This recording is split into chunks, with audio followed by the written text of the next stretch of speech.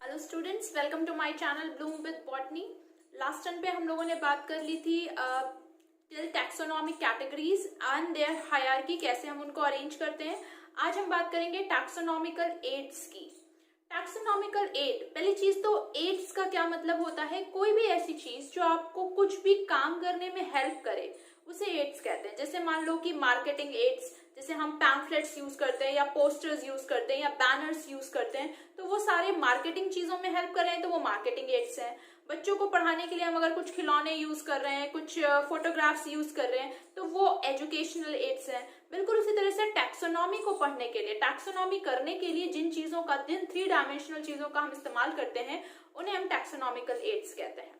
And taxonomy यानी study of classification या organisms का क्लासिफिकेशन करने के लिए, अगर सही मायने में आपको सही क्लासिफिकेशन सीखना है तो आपको ऑर्गेनिज्म को कैरेक्टराइज करना पड़ेगा, आइडेंटिफाई करना पड़ेगा।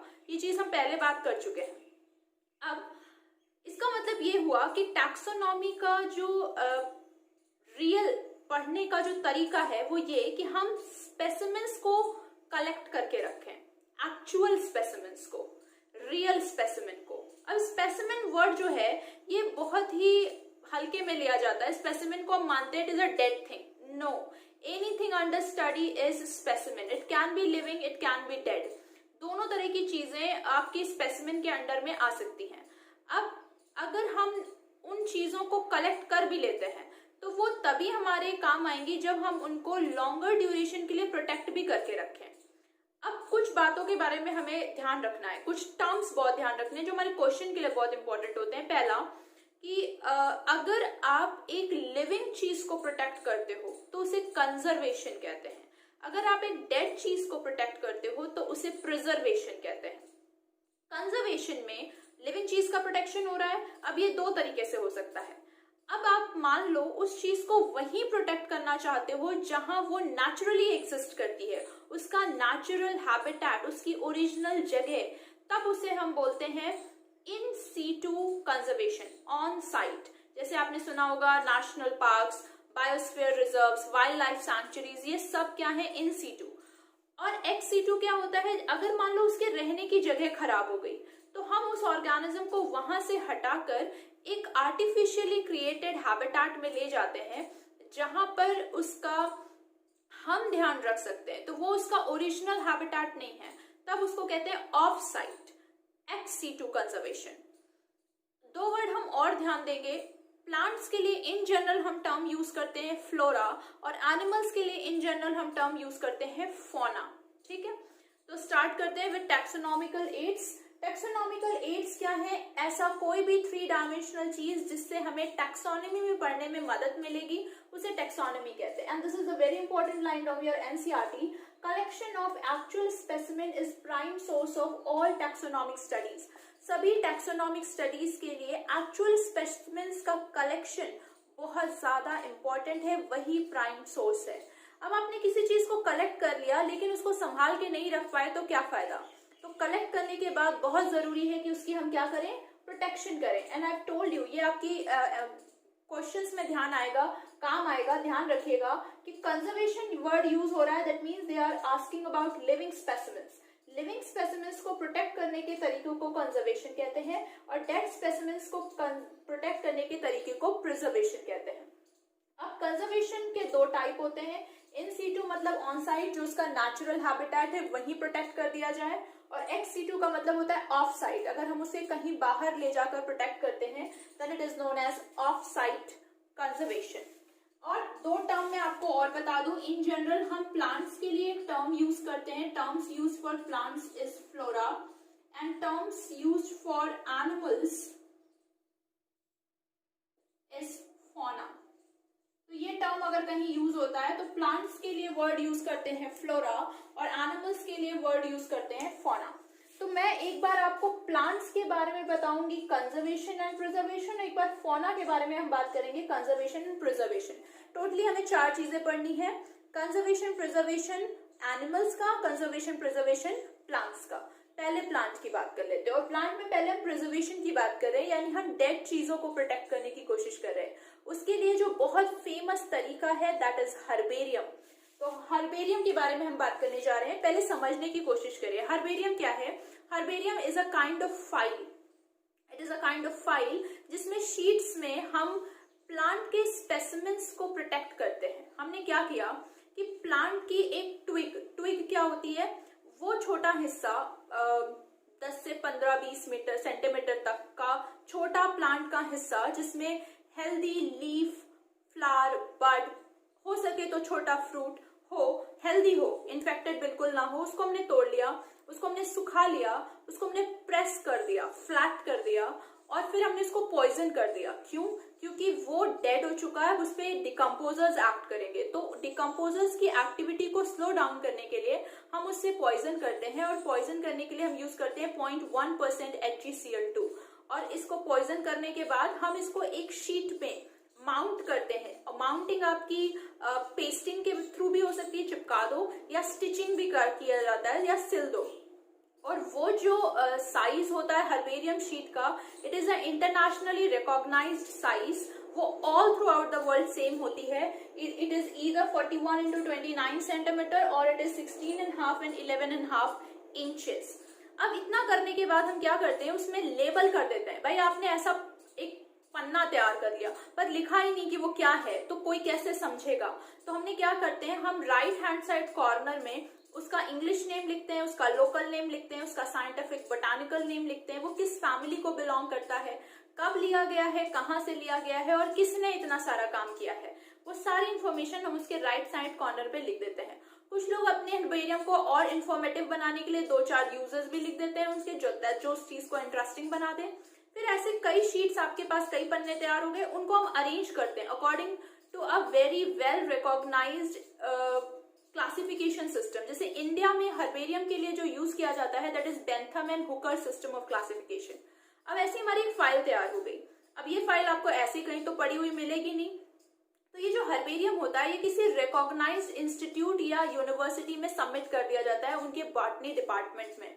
अब पहली बात, हम ये क्यों कर रहे हैं, जैसे हम छोटे बच्चों को फोटोग्राफ्स के थ्रू दिखाते हैं ना कि देखो ये एप्पल है, तो ताकि जब कभी वो ओरिजिनली वो देखें तो वो रिकॉग्नाइज कर सके कि अच्छा ये एप्पल था, ये एप्पल है, वो खुद उसे बता पाएंगे कि ये एप्पल है। बिल्कुल उसी तरीके से हमने क्या किया, वो प्लांट्स जो हमने कभी नहीं देखे या हम पहली बार सीख रहे हैं उनका हमने एक स्पेसिमेन चिपका दिया। अब हमने उसको देख लिया कि अच्छा ये रोज है। अब हम उसको जब नेचुरली कहीं देखेंगे तो हम अपने आप बता पाएंगे कि actually this plant was that. ठीक है, तो ये क्विक रेफरल सिस्टम होता है। अब आप लोग आज के समय में तो we are very technologically advance generation, तो अब हम लोग को हर चीज गूगल पे मिल जाती है, बट पहले के समय में ऐसा नहीं था। तो हम लोग ये स्पेसिमेंस कलेक्ट करते थे, उन्हें प्रॉपरली पेस्ट करते थे और एक फाइल तैयार करते थे जिससे हम किसी चीज को आसानी से समझ सकें। जैसे मैं कहूँ कि पार्थेनियम एक प्लांट है जो अमेरिका से आ गया during the importation of wheat और उसने हमारी पूरे इंडिया को परेशान कर रखा है। वो बहुत ही एक्सोटिक वीड है, पूरे इंडिया में फैल गया है। तो पार्थेनियम नाम से आप नहीं जानोगे। या मैं कहूँ कि चलो ठीक है बोटानिकल नेम है, मैंने कहा कि कैरेट ग्रास कहते हैं इसको, तो मैंने कहा चलो ये कैरेट ग्रास है, तो क्या आप कैरेट ग्रास से इसे पहचान लेंगे? नो, बिकॉज कि ये जो लोकल नाम होते हैं या जो बोटानिकल नेम होते हैं ये हर किसी को मालूम नहीं होते अनलेस एंड अनटिल हम उसके कांटेक्ट में आए या हमें उसकी जरूरत हो। तो फिर इसके क्विक रेफरेंस के लिए हमने एक फाइल तैयार कर ली, समझ लो it is a kind of Google. तो हमने क्या किया, हम अपने बॉटनी डिपार्टमेंट में गए, हमने हर्बेरियम निकाला और हमने उसे पी नाम से, या हमें अगर पता है कि वो किस फैमिली का है, उससे हमने ढूंढा, हमें पार्थेनियम दिखा, हमने उसकी फोटो देख ली या हमने उसका माउंटिंग देख लिया। अब हमें वो कभी कहीं नेचर में दिखाई देगा तो हम उसे पहचान लेंगे। So it is a kind of quick referral system, ये इसलिए बनाया जाता है। तो फ्लोरा के लिए यानी प्लांट्स के लिए, चाहे हम कंजर्वेशन करें चाहे प्रिजर्वेशन करें, ये आपको इन जनरल कहीं नहीं मिल जाएगा, ये आपको एक इंस्टीट्यूशन के साथ अटैच्ड मिलेगा। तो कंजर्वेशन में मैं आपको बताऊंगी बोटानिकल गार्डन के बारे में, और प्रिजर्वेशन में हम बात कर रहे हैं हर्बेरियम की। तो ये हर्बेरियम किसी ना किसी इंस्टीट्यूट के बॉटनी डिपार्टमेंट में पाया जाता है। तो ये इन जनरल नॉलेज मैंने आपको दे दी हर्बेरियम की। हर्बेरियम क्या है? हर्बेरियम एक क्विक रेफरल सिस्टम है। This line is very very important, ये दी जाती है क्वेश्चंस में। It is a store house of plant specimen. ये प्लांट स्पेसिमेन का एक स्टोर हाउस है। स्टेप्स क्या क्या करते हैं हम? सबसे पहले कलेक्शन करते हैं, ड्राई करते हैं बाय प्रेसिंग इट। हम पहले प्लांट के स्पेसिमेन को कलेक्ट करते हैं, उसे सुखाते हैं। कैसे सुखाते हैं? By pressing it. और फिर उसको पॉइजन करते हैं। पॉइजन क्यों करते हैं? To avoid the action of decomposers on it by using 0.1% HgCl2। 0.1% HgCl2 का इस्तेमाल करते हैं। फिर उसे हम हर्बेरियम में माउंट करते हैं। माउंट करने का मतलब है चाहे हम उसे स्टिच करते हैं, चाहे हम उसे पेस्ट करते हैं, लेकिन शीट पर लगाते हैं, हर्बेरियम शीट पर। और उस हर्बेरियम शीट का एक इंटरनेशनली रिकॉग्नाइज साइज होता है, दैट इज 41 × 29 सेंटीमीटर और 16.5 × 11.5 इंचेस। फिर हम उसकी लेबलिंग करते हैं, और ये पॉइंट आपके लिए इंपॉर्टेंट है क्योंकि ये आपके एनसीईआरटी में दिया है। उस लेबलिंग में क्या क्या होना चाहिए? English, local, botanical name, family का नाम, date and place of the collection, और जिसने इतना काम किया है उसे भी थोड़ा क्रेडिट दिया जाए, दैट इज कलेक्टर्स नेम। फिर हम उन अरेंज करते हैं उन शीट्स को according to universally accepted system of classification. For example India में ये है Bentham and Hooker system. In India, मैं एग्जाम्पल समझा रही हूँ आपको, इन इंडिया में हर्बेरियम में जो सिस्टम यूज किया जाता है that is Bentham and Hooker system. Bentham and Hooker's system is used in herbarium in India. ठीक है, तो this is all about herbarium. इसके बाद हम एक कंजर्वेशन टेक्निक के बारे में बात कर लेते हैं, और तब मैं दोनों के एग्जांपल्स आपको एक साथ बताऊंगी because it is quite relatable. As I told you, they are both associated to certain university. जैसे एक एग्जांपल मैं कोट करूं, जो हमारे यहाँ NBRI है, नेशनल बोटानिकल रिसर्च इंस्टीट्यूट, इसमें आपको बोटानिकल गार्डन भी मिलेगा, इसमें आपको हर्बेरियम में मिलेगा। और भी आप कितनी भी फेमस इन यूनिवर्सिटीज या इंस्टीट्यूट्स का नाम ले लें, वहां आपको एक बोटानिकल गार्डन मिलेगा बॉटनी डिपार्टमेंट में, और उसी बॉटनी डिपार्टमेंट में आपको एक बहुत फेमस हर्बेरियम भी मिलेगा। तो हम आगे बात करेंगे कि इंडिया का और इंटरनेशनली रिकॉग्नाइज्ड कौन सा हर्बेरियम बहुत फेमस है और कौन सा बोटानिकल गार्डन बहुत फेमस है। So this is all about herbarium. Herbarium में जिन चीजों पे मैंने हाईलाइट किया है वो चीजें आपके लिए इंपॉर्टेंट हैं। और नेक्स्ट हम बात करेंगे, ये हमने प्रिजर्वेशन टेक्निक देख ली, डेड के लिए हम मार रहे हैं उसको। अब हम कंजर्वेशन देखेंगे, लिविंग प्लांट्स को कैसे प्रोटेक्ट करते हैं। तो next talk about the conservation technique for plants, that is botanical gardens. So ये देखिए, नेक्स्ट इज बोटानिकल गार्डन। जैसा कि मैंने आपसे कहा कि हम प्लांट और एनिमल दोनों की एक प्रिजर्वेशन और एक कंजर्वेशन टेक्निक सीख रहे हैं। तो हमने प्रिजर्वेशन टेक्निक सीख ली, दैट वाज हर्बेरियम, जो भी हमने पीछे पढ़ा। अब हम बात करने जा रहे हैं कंजर्वेशन टेक्निक की। और मैंने कंजर्वेशन के दो तरीके आपको बताए कि अगर ऑर्गेनिजम्स को उनके नेचुरल हैबिटेट में कंजर्व कर दो, प्रोटेक्ट कर दो, तो उसे कंजर्वेशन कहेंगे। और उसे बाहर ले आकर हम एक एनवायरनमेंट क्रिएट करके दें तो उसे ex-situ कंजर्वेशन कहते हैं। तो यहाँ पर हम एक ex-situ कंजर्वेशन की बात करने जा रहे हैं। अगेन वन मोर थिंग, कि आपको बोटानिकल गार्डन ऐसे ही कहीं नहीं मिल जाएंगे, ये एक इंस्टीट्यूशन का एक लोकलाइज्ड हिस्सा होते हैं, एक एनक्लोज्ड स्पेस होते हैं, इंस्टीट्यूशन से रिलेटेड होते हैं। जरूरी नहीं है यूनिवर्सिटी के अंदर ही हो, लेकिन वो होंगे यूनिवर्सिटी की ही प्रॉपर्टी।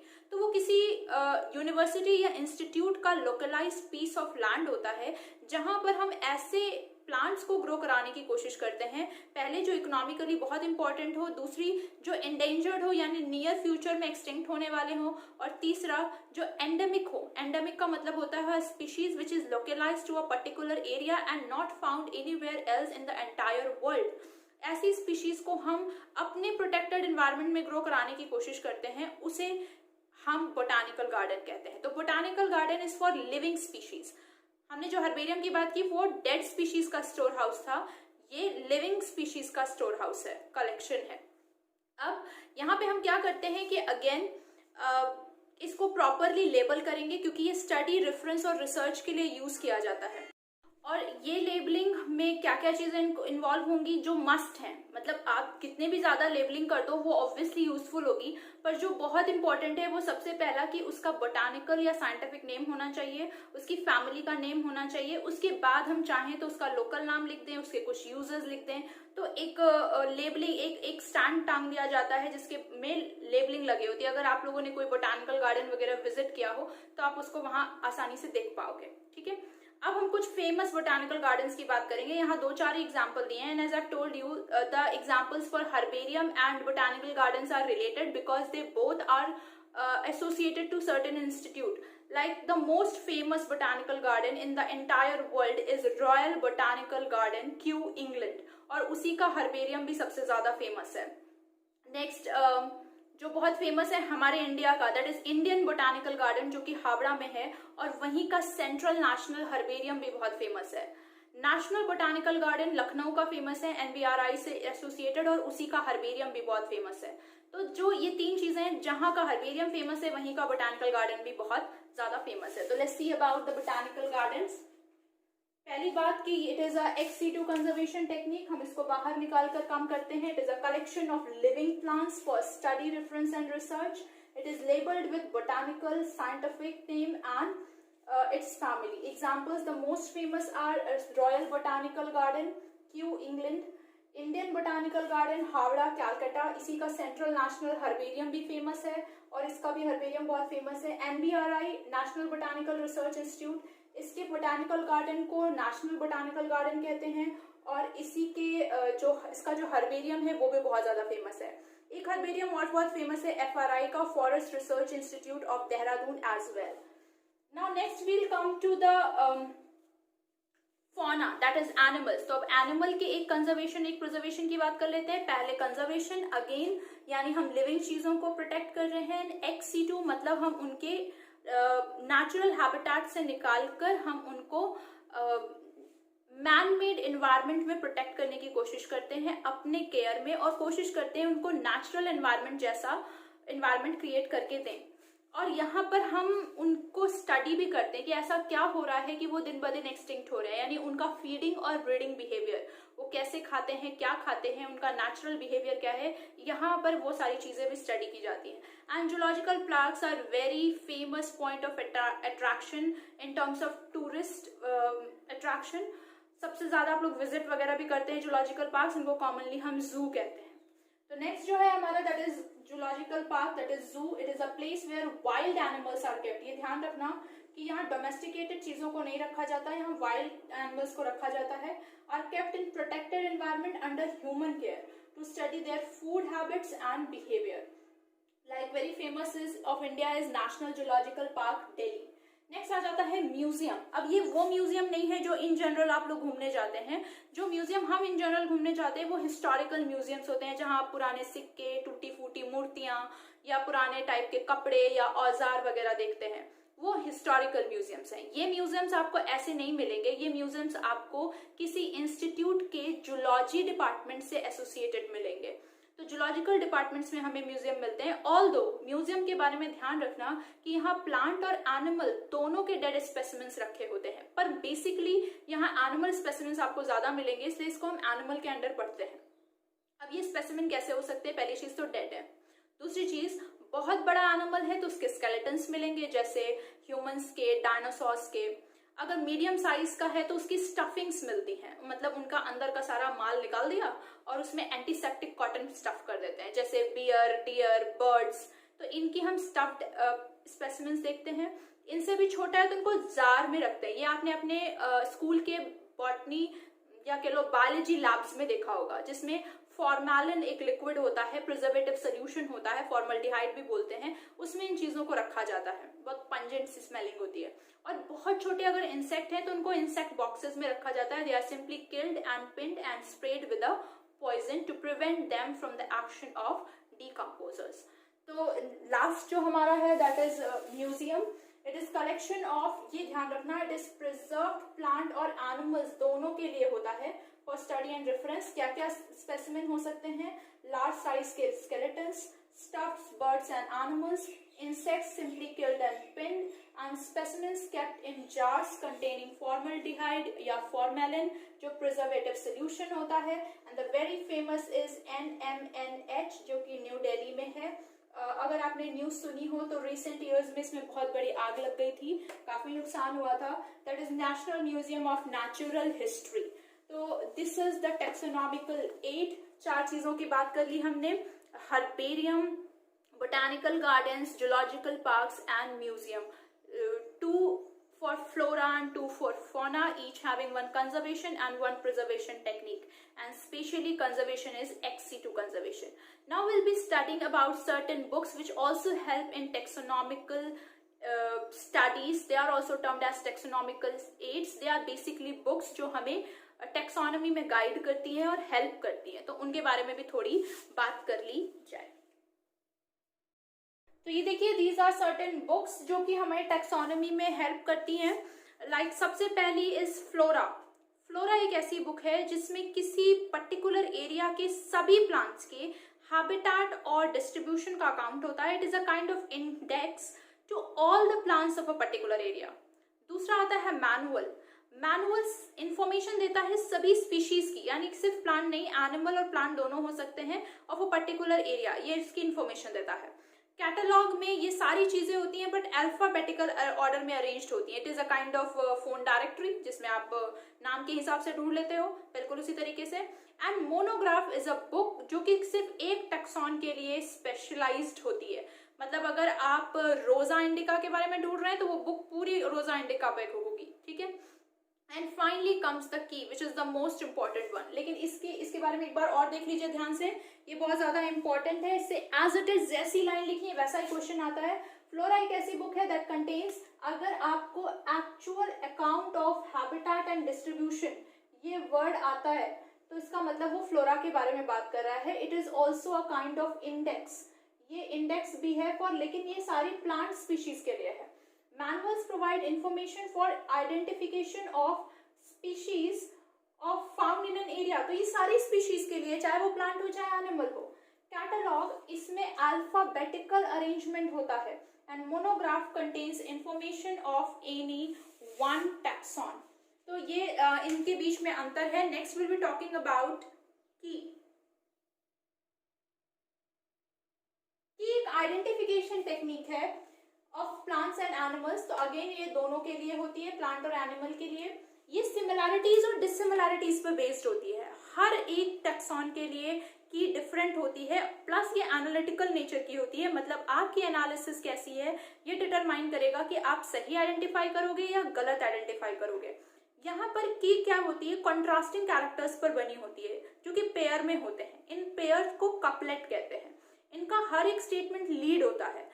अब जिस स्टेटमेंट को आप टिक करके आगे बढ़ोगे वो आपकी लीड होगी। अगर आपने गलत लीड पकड़ ली तो आप गलत आंसर दोगे, सही लीड आइडेंटिफाई की तो आप सही आंसर दोगे। जैसे मैं एक एग्जांपल दूं, जैसे मान लो कि मेरे हाथ में एक ऑर्गेनिज्म है। मैंने कहा पहला statement that this organism has a beak, और दूसरा statement this organism does not have a beak. अब दोनों एक दूसरे से कॉन्ट्रास्टिंग कैरेक्टर्स हैं, मैंने पहले पे टिक कर दिया। इसका मतलब हमारे दिमाग में एक आइडिया आ गया कि ये एव्स को बिलोंग कर सकता है।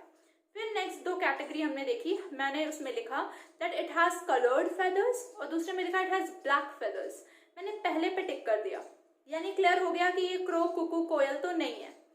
फिर दो स्टेटमेंट आए that it is national bird of India, it is not national bird of India, और पहले पे टिक कर दिया। तो क्या हो गया दिमाग में, बिना ऑर्गेनिज्म देखे आपने आइडेंटिफाई कर लिया कि ये क्या है, पिकॉक है। बिल्कुल उसी तरीके से आपके सामने ऑर्गेनिज्म रखा हो, आप उसे देख रहे हो और फीचर्स मैच करके टिक करते जा रहे हो। तो फीचर्स हमेशा कैसे हैं, कॉन्ट्रास्टिंग है, पेयर में है। तो एक जिसको आप टिक कर रहे हो वो आपकी लीड हो गई, दूसरा वाला भी लीड है लेकिन आपने उसको लिया नहीं, तो each single statement is lead. अगर आपने गलत लीड ले ली तो आप गलत डायरेक्शन में जाओगे, गलत आंसर आएगा। अगर आपने सही लीड ले ली तो सही आंसर आएगा। और हर एक टैक्सॉन का की डिफरेंट होता है। That is why keys are analytical in nature. So keys are for identification. It is an identification technique. It is based on contrasting characters known as couplet which occur in pair. Each statement in key is called lead. They are analytical in nature and separate taxonomic trees are required for each taxonomic category. So this is all about the taxonomical aids and this is all about this lecture. अगर आपको ये lecture समझ में आया हो तो please like कीजिए, subscribe कीजिए और शेयर कीजिए। और अगर किसी भी तरीके की दिक्कत हो तो मुझे कमेंट सेक्शन में बताइए। Thank you.